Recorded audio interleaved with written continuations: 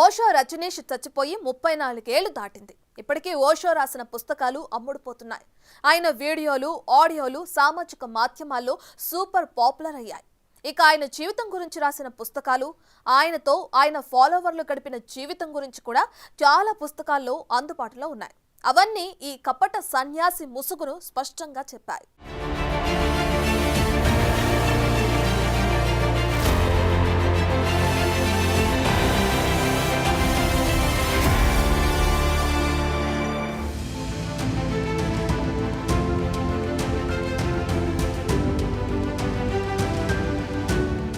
ఓషో అంటే తనను తాను సముద్రంలోకి కలుపుకున్నవాడని అర్థం.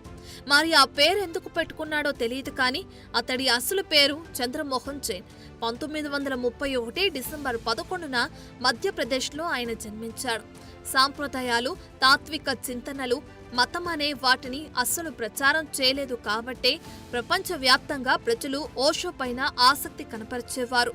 The luminous rebel life story of maverick mystic అనే పేరుతో ఓషో జీవిత కథను వసంత్ జోషి రాశారు. 1951లో బిఏ పాస్ అయిన తర్వాత ఫిలాసఫీలో ఉన్నత విద్యను అభ్యసించాడు. చిన్నప్పటి నుంచి రజనీష్ అడిగే ప్రశ్నలకు అందరూ విసిగిపోయేవారు. ఇక 1957లో ఓ సంస్కృత విశ్వవిద్యాలయంలో ప్రొఫెసర్గా ఉద్యోగం ప్రారంభించాడు. తన మాట తీరుతో అందరినీ ఆకర్షించే రజనీష్ చాలా మందికి అభిమాన గురువయ్యాడు. తన పేరు ప్రసిద్ధి చెందింది. ఓ ఆధ్యాత్మిక గురువుగా భారతదేశమంతా పర్యటించడం మొదలుపెట్టాడు. రాజకీయాలు, మతం, సెక్స్ గురించి రజనీష్ చేసే ప్రసంగాలు అప్పటి నుండి వివాదాస్పదమయ్యేవి. ఈ వివాదాలే రజనీష్ కి అభిమానుల్ని పెంచింది. కొన్ని రోజుల తర్వాత రజనీష్ తన ఉద్యోగానికి రాజీనామా చేసి పూర్తి స్థాయి ఆధ్యాత్మిక గురువుగా అవతారమెత్తాడు. 1969లో ముంబైలో తన ప్రధాన కార్యాలయాన్ని ఏర్పాటు చేశాడు. ఇక దీనికి ముందు నుండే రజనీష్ అభిమానురాలిగా మారిన యోగా లక్ష్మి అనే మహిళ అతడి ప్రధాన సహాయకురాలిగా మారి 1981 వరకు కొనసాగారు. ఈ సమయంలోనే రజనీష్ క్రిస్టియన్ ఓల్ఫ్ అనే ఓ ఇంగ్లీష్ మహిళను కూడా కలిశారు. రజనీష్ ఆమెకు మా యోగా వివేక్ అనే ఆధ్యాత్మిక నామాన్ని ఇచ్చారు. ఈమెను తన పూర్వజన్మ నుంచి వచ్చిన తొలి స్నేహితురాలిగా పరిగణించేవారు. అలా ఆమెతో సాన్నిహిత్యం పెంచుకున్నారు. తన ఆశ్రమంలో చేరిన వారందరికీ ఓషో ఓ కొత్త పేరును పెట్టేవాడు. తమకు నూతన జీవితం వచ్చింది కాబట్టి ఇకపై వారికి ఆ పేరే స్థిరమయ్యేది. అయితే రజనీష్ తన ఆశ్రమంలోని అందరి మహిళలను ఆత్మ అని పిలిచేవాడు. స్త్రీ మాతృమూర్తికి ప్రతిరూపం గనుక అందరు మహిళల పేరు ముందు మా అని చేర్చేవారు. పురుషులను స్వామి అని అనేవాడు.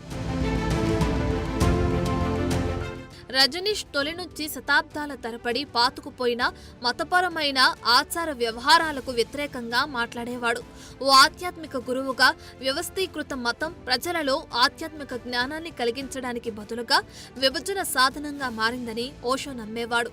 మతం అనేది చెడుకు బాధితురాలిగా మారి తన ప్రాముఖ్యత కోల్పోయిందని, మతం, రాజకీయం అనేవి ఒకే నాణానికి ఉన్న బొమ్మ బొరుసు వంటివని, ఈ రెండింటి లక్ష్యం అంతిమంగా ప్రజలను నియంత్రించడమేనని ఓషో బోధించేవాడు. ఇక పాశ్చాత్య ఫిలాసఫీలోని సమన్వయాన్ని, సిగ్మండ్ ఫ్రాయిడ్ సైకాలజీలని వివరించేవాడు. వాటిని ఆధారంగా చూపి బహిరంగంగా లైంగిక స్వేచ్ఛ గురించి బోధించేవాడు.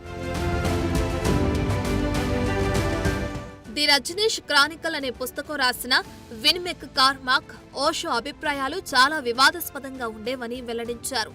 ఓషో ప్రసంగాలను నిషేధించాలని భారత పార్లమెంటులో అనేక సార్లు చర్చలు జరిగినట్లు కూడా పుస్తకంలో పేర్కొన్నారు. అయితే 1972 నుండి రజనీష్ బోధలకు విదేశీ పర్యాటకులు రావటం మొదలైంది. రజనీష్ ను ఎవరు కలవాలనే విషయంపై ఆయన కార్యదర్శి లక్ష్మి జాగ్రత్తగా ఉండేవారు. ముందుగా వారందరినీ డైనమిక్ మెడిటేషన్ లో పాల్గొనమని కోరేవారు. తర్వాత వారు ఓషోను కలిసేవారు. ముంబై నుండి పూణేకు మకాం మార్చిన ఓషో ఆశ్రమంలో అనేక థెరపీలు ఇవ్వటం మొదలైంది. దీంతో డబ్బు ప్రవాహంలా వచ్చిపడేది. ఈ థెరపీలన్నిటిలోనూ సెక్స్ థెరపీ చాలా ముఖ్యమైంది. ఇందులో ఎలాంటి సంశయాలు లేకుండా లైంగికతను ఆమోదించేవారు. లైంగిక విషయాలలో నైతికతను, కట్టుబాట్లను ఇక్కడ చోటు లేదు. అలాగే భారతీయులకు కూడా ఈ థెరపీలో చోటు ఇచ్చేవారు కాదు. రజనీష్ ఆశ్రమంలో పిల్లల్ని కనటం, గర్భిణీలుగా ఉండటం నిషేధం. పిల్లలు కలగకుండా ఆశ్రమంలోని వారికి గర్భ నిరోధక ఆపరేషన్లు చేసేవారు. ఆశ్రమంలో సన్యాసులను బహిరంగ లైంగిక జీవితం గడపడం మొదలుపెట్టినప్పటి నుంచి అంటువ్యాధులు ప్రబలడం ఎక్కువైంది. దీంతో ఓషో తరచూ లైంగిక పరిహారం గురించి మాట్లాడేవారు. కొంతమంది సన్యాసినులు ఒక నెలలో 90 లైంగిక సంబంధాలు పెట్టుకునేవారని మా ఆనందశీల తన పుస్తకంలో రాశారు. ఇక పుణేలో రోగాల బారిన పడిన ఓషో, అతని అనునాయులు అమెరికాలోని ఓరెగాన్లో 1000 మంది ప్రజలు కలిసి జీవించేలా ఓ ఆశ్రమాన్ని నిర్మించాలని ఆలోచించారు. 1981 మే 31న తన కొత్త ఆశ్రమంలో నివసించడానికి అమెరికా వెళ్లాడు. అక్కడ వలస నిబంధనలను అతిక్రమించారని ఓషోపై కేసు పెట్టారు. దానితో అమెరికా జైలులో 17 రోజులున్నాడు.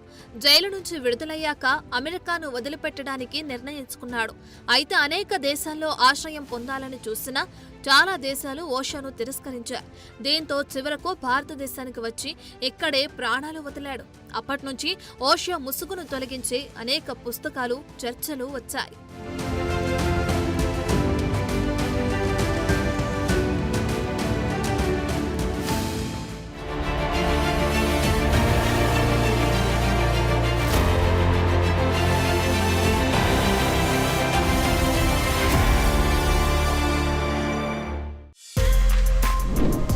For more videos like this, subscribe Big TV channel.